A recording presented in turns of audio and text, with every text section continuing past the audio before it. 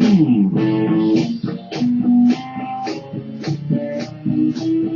YouTubers, friends, compatriots, bootlickers, shills, death slaves, serfs, Jimi Hendrix fans, guitar players, music fans in general. I'm a useful idiot, and mostly I talk about politics and economics, but as my true regulars know, I'm quite the music aficionado and a player. And Jimi Hendrix's 70th birthday was last week. And I didn't really mark the occasion because I've been kind of mulling over what I have to say about Jimi Hendrix at 70. And, of course, my YouTube experience has been rather interesting, duking it out with those who believe that Jimi Hendrix is the greatest electric guitar player who ever lived, and those that want to challenge that fact. And I've got into some pretty interesting comment battles myself, riddled with profanity, I might add. And so anyway, that's been pretty interesting. And so there's still, it's hard for me to believe anyway, that there's still all this discussion about how good or not Jimi Hendrix was. And I think what people miss are a couple things when they analyze Jimi Hendrix. One, first of all, technique is not everything. And I know a lot of people say Stevie Ray Vaughan is better than Jimi Hendrix because he never makes any mistakes. And I say that has very little to do with it. And in fact, the fact that Hendrix was always searching, always stretching out and improvising in the moment, certainly that will allow for some mistakes, plus the fact that Jimi Hendrix was able to take a mistake and turn it into a triumph.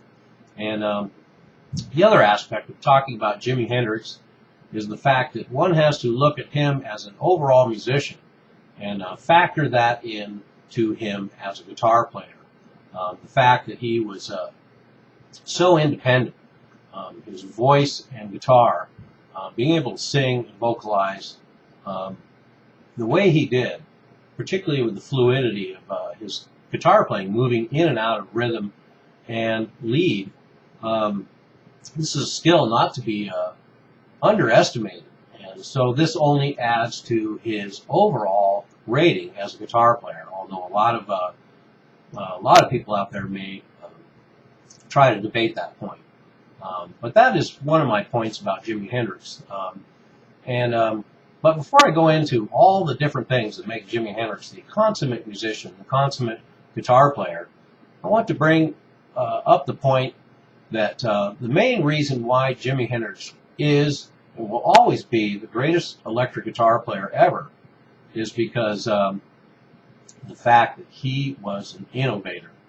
And not enough people who argue about Jimi Hendrix realize that this entire lexicon, this whole vocabulary, this whole approach, all these different aspects of playing the electric guitar, a lot of these things that they take for granted because they've been in the lexicon ever since are innovations of Jimi Hendrix. So the fact that somebody didn't mine a legacy, all the other guitar players have mined the legacy of Jimi Hendrix. The fact that Jimi Hendrix didn't mine the legacy, he created it. He pulled it out of a void. It was inside him. He pulled it out and gave it to everyone else. So in essence, every single guitar player that has come since Jimi Hendrix owes him a lot, regardless of what their approach is.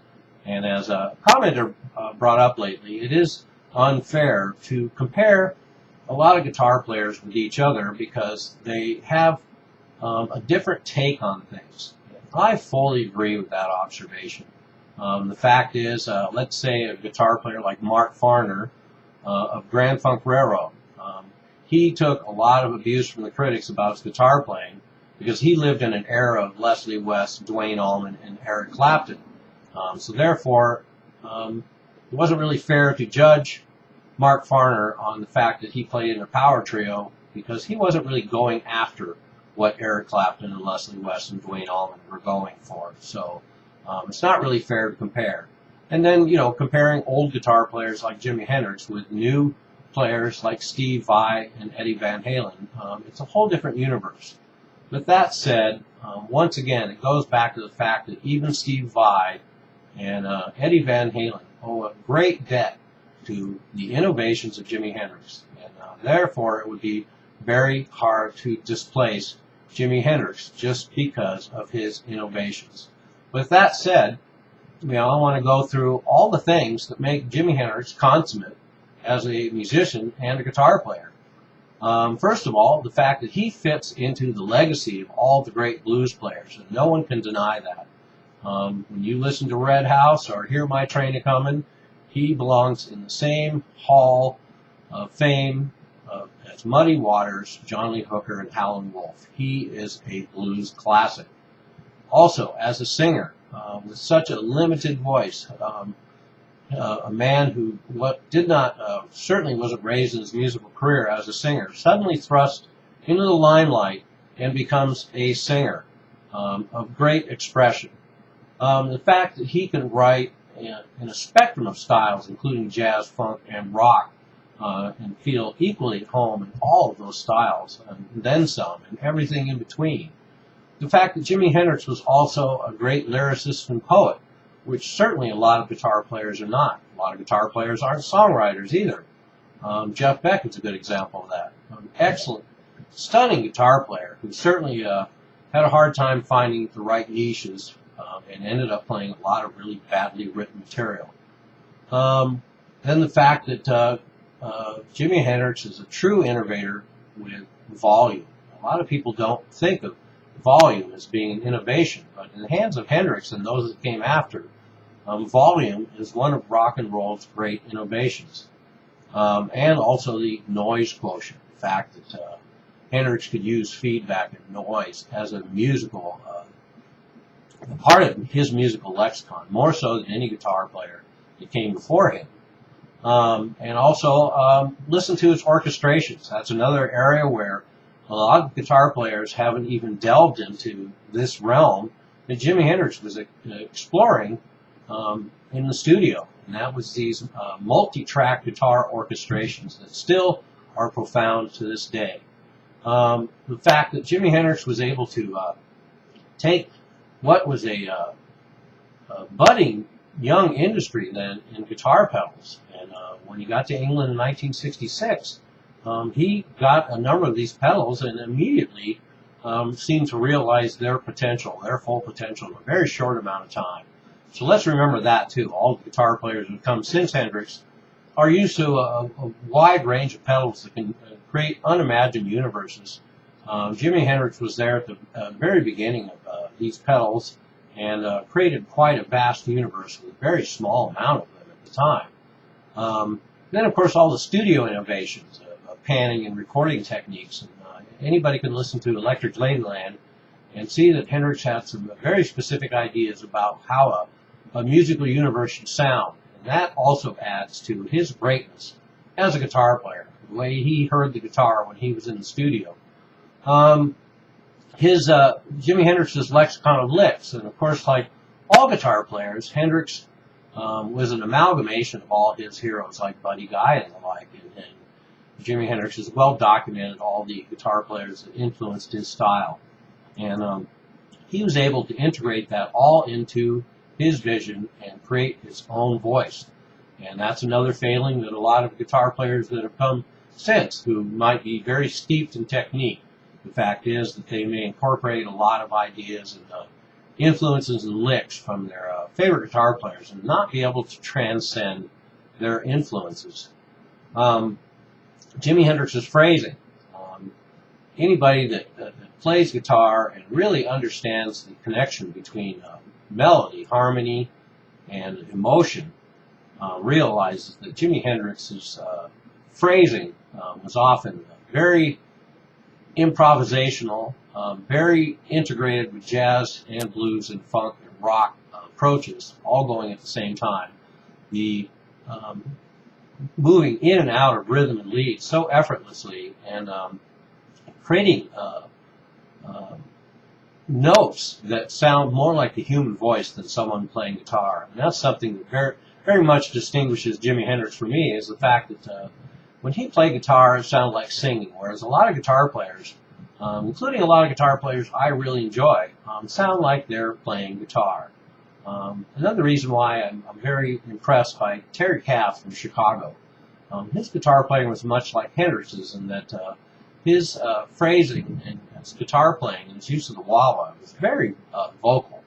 And I really like that approach. I think it says a lot for a guitar player. And then the combination of technique and emotion that Jimi Hendrix exemplifies is something that certainly makes him the greatest guitar player ever, because he's made all the other guitar players of that period sound rather puny. And I'm talking about some great guitar players, but Jimi Hendrix was so overwhelming that even all the other great guitar players realized that they could never approach Hendrix, and certainly that combination of technique and emotion is unsurpassed by anyone since Hendrix. And there you have it. And last but not least, I think it's important to remember that all the recorded output we have of Jimi Hendrix, the dominant amount of material that we know as the Jimi Hendrix Experience and Band of Gypsies, is 3 years. 3 years of material from 67 to 70. This is a profound and a wide scope of material that he produced in a short amount of time, 3 years. And the distance between what he produced in 67 and what he produced in 1970 would take many artists decades to achieve what he progressed through in those 3 years and what he would have done. So, and that'll be my final note. What would he have done? Well, he was working with the likes of John McLaughlin and Dave Holland and Rosson Roller Kirk and Miles Davis and people like that. So I like to think about albums like Bitch's Brew with Jimi Hendrix sitting in, and I like to think of him moving in that direction. But, you know, I know he, as a lyricist, singer, writer, would have continued making material not unlike what we hear on Cry of Love, and I'd like to think he would have kept exploring, but seeing so many of the icons of that era turn into irrelevant dinosaurs and going through the motions. My cynical side of me says that at some point Jimi Hendrix's legend may have been daunted some, but God bless you, Jimi Hendrix, greatest electric guitar player in world history, and a musician that's sorely missed, and certainly my greatest musical idol. You and Captain Beefheart. So, happy birthday, Jimmy. We all miss you. I'm used to Lydia. Don't you be one too. Especially you people that don't think Jimi Hendrix is the greatest guitar player who ever lived.